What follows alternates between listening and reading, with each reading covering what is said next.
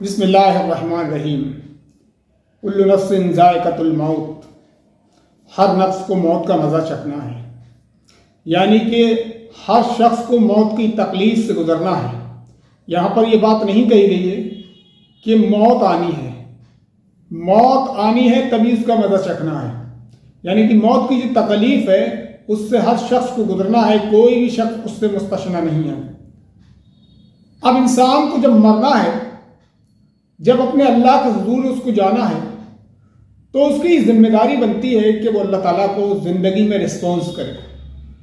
یہ جو زندگی اللہ تعالیٰ نے دی ہے، یہ زندگی بے مقصد اللہ تعالیٰ نے نہیں دے دی ہے۔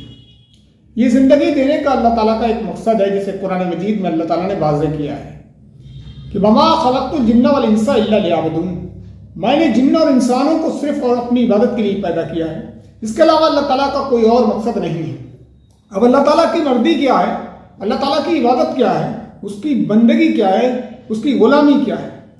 اللہ تعالیٰ کی بندگی اور غلامی اور عبادت اور پرستش یہ ہے کہ اللہ تعالیٰ کی حکم کے مطابق زندگی کو گزارا جائے، یعنی کہ جو زندگی اللہ تعالیٰ نے دی ہے تو اس زندگی کو گزارنے کا طریقہ بھی اللہ تعالیٰ نے اتارا ہے۔ قرآن مجید ہم کو اس زندگی گزارنے کا طریقہ بتاتا ہے، اور اس کا پریکٹیکلی نمونہ نبی اکرم صلی اللہ علیہ وسلم کی زندگی میں ہم کو ملتا ہے۔ لیکن آج انسان اللہ تعالیٰ کی ہدایات کو چھوڑ کر دوسروں کی ہدایات پر چلتا ہے، اپنے نفس کی غلامی کرتا ہے۔ نفس انسان کو ہمیشہ برائی کی طرف لے جاتا ہے، اور اللہ تعالیٰ ہمیشہ انسان کو سیدھے راستے کی طرف رہنمائی کرتا ہے۔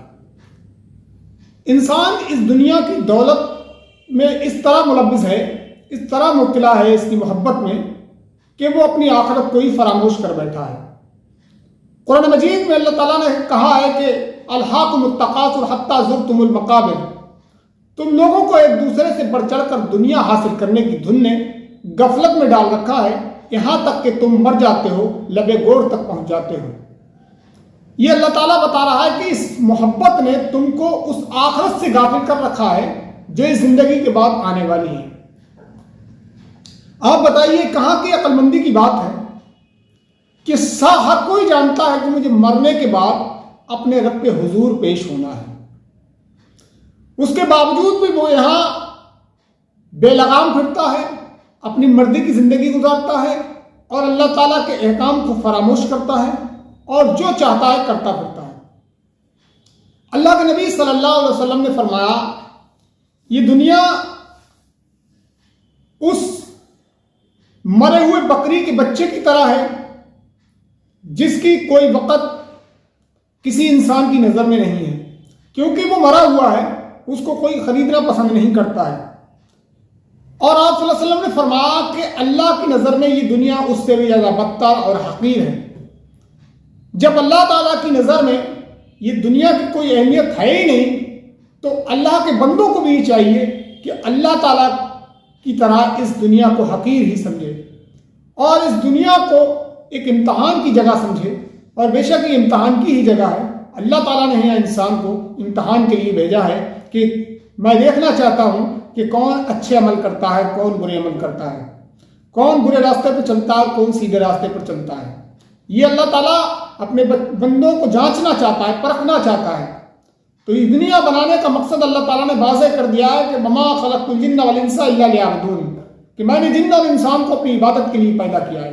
اللہ کی عبادت یہ ہے کہ اس کی مرضی کے مطابق زندگی گزاری جائے۔ ہمارا کھانا پینا، چلنا پھرنا، اٹھنا بیٹھنا، ہمارے کاروبار، ہمارے لین دین، ہمارے تمام معاملات اس ایک اللہ کی ہدایت کے مطابق ہوں، جو ہماری بھلائی کے لیے فکر مند ہے، اتنا فکر مند ہے کہ اس نے کتابیں نازل کی، اور کتابیں نازل کرنے پہ اکتفا نہیں کیا، اس کے بعد پھر اللہ نے جو ہے پیغمبر بھی نازل کیے۔ اللہ تعالیٰ سے دعا ہے اللہ ہمیں عمل کی توفیق دے اور آخرت کی فکر کرنے کی توفیق عطا فرمائے۔